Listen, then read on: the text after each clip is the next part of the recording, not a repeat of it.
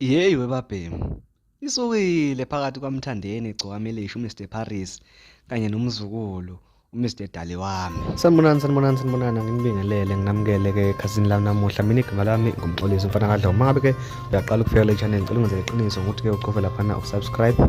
Uma ukuthi uyabuya noma ngabe kuthiwa ubani, ngicela wenze isiqiniseko futhi ukuthi uma uqeda ukubuka le video uyawucofa u-like, ucommente futhi kulolu daba. Wey'nkabi zami, sithi impi siyikhuza ngapha ibisuka ngapha. Namhlanje-ke kusuke enye futhi impi ebingalindelwe nawumuntu. Isuka laphana-ke phakathi kwaMthandeni egcokamilisha kanye noMzukulu. Isuswa wuye njalo uMzukulu ngokuthi-ke abhodle okusesifubeni sakhe. Wey'ngane zakwethu, phela uMzukulu usevezane wenza ipost laphana-ke kuFacebook esho laphana ekutheke uMthandeni emtshela ukuthi uyamhalalisela ngale ngoma yakhe-ke iParis. Uyafisa futhi ngathi le ngoma yakhe ingawuhlukanisa unyaka njengoba ekhiphile-ke bafowethu nathi sibone ithandwa kangaka le ngoma. uMzukulu-ke uyimoshe nje eseyoqeda. Angingasho ukuthi uyimoshile, mhlambe kwabanye wenze kahle futhi kwabanye mhlawumbe akenzanga kahle. Uthe nje uMzukulu eseyiqeda iseyiyakhe wasethi angikhohliwe ukuthi wena Mthandeni noDlubheke nina nangicindezela ngaloya nyaka ingoma yami kwakumele ukuthi ihlukanise unyaka.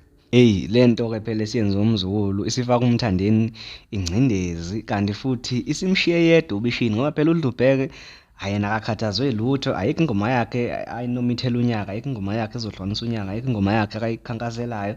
uMthandeni uyena umuntu phela amabhinca bemncengela ukuthi akahlukanise unyaka kulo nyaka.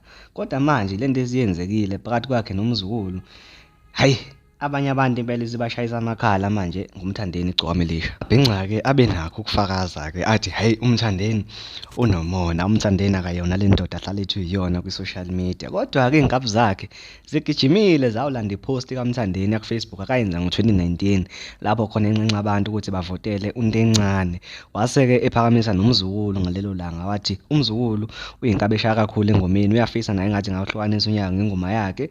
Abantu abaningi bayibuza ukuthi hawu kanti muphi lo mona lo abathi uMthandeni unawo, ngoba phela nangu wayemgqugquzela futhi egqugqumezela ababhinca ukuthi-ke awaseke uMzukulu ukuthi ahlukanise unyaka. Amabhinca akavuze ey'ndala iy'ndaba lezi, wena wabona umakoti ehamba emzini evuza imithwalo yakhe. Avuze-ke iposti naye uMzukulu akayenza kulo nyaka odlule lapho khona-ke esho ukuthi uMthandeni uyinsizwa nje nenhliziyo enhle futhi-ke ufisela usuku oluhle lokuzalwa. Esho ukuthi uMthandeni omunye wey'nsizwa ezamamukela kumaskandi ezameseka, ethi-ke umfisela usuku lokuzalwa. Namhlanje-ke sesiyaxakeka ukuthi hawu ngoba nakho uMthandeni-ke manje esegilima ngengoma yakhe isisondele kangaka ekuthenini uhlukanise unyaka, bese kuvele kuzoqhamuka uMzukulu nje nenkulumo enjengale akujwayelekile. Amanye amabhinca akathi kuyasolwa ngathi uMzukulu mhlambe-ke bebemthayiphela lezi zinto, asazi bafowethu. Khumbula-ke futhi ukuthi abantu abayincancanye bengona amanzi, ngoba ngishilo ukuthi bakhona abayibuzayo ukuthi hawu uMthandeni unomona kanjani uMzukulu, ngoba phela wakusiza lana la egqugqumezela abantu ukuthi bakuvotele. Abanye futhi bathi hawu uMzukulu mayesesho lamagama esewasho kuMthandeni senimbiza ngekhotha ngqoko, kodwa uma kukhona umculi otalabha noma okhuluma amaqiniso okukhuzana animbizi ngekhotha ngqoko.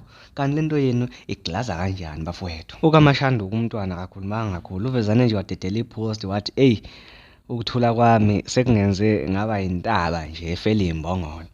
Asazi-ke bafowethu le mpi le iqala khona manje futhi ngiyathemba ukuthi kuningi okusazoqhubeka. Ngiyabona mina wena mawufuna ukwazi ukuthi yini ezokwenzeka futhi kwenzakalani endimeni, ngithe wena hlala la eduze kwami sengihembe.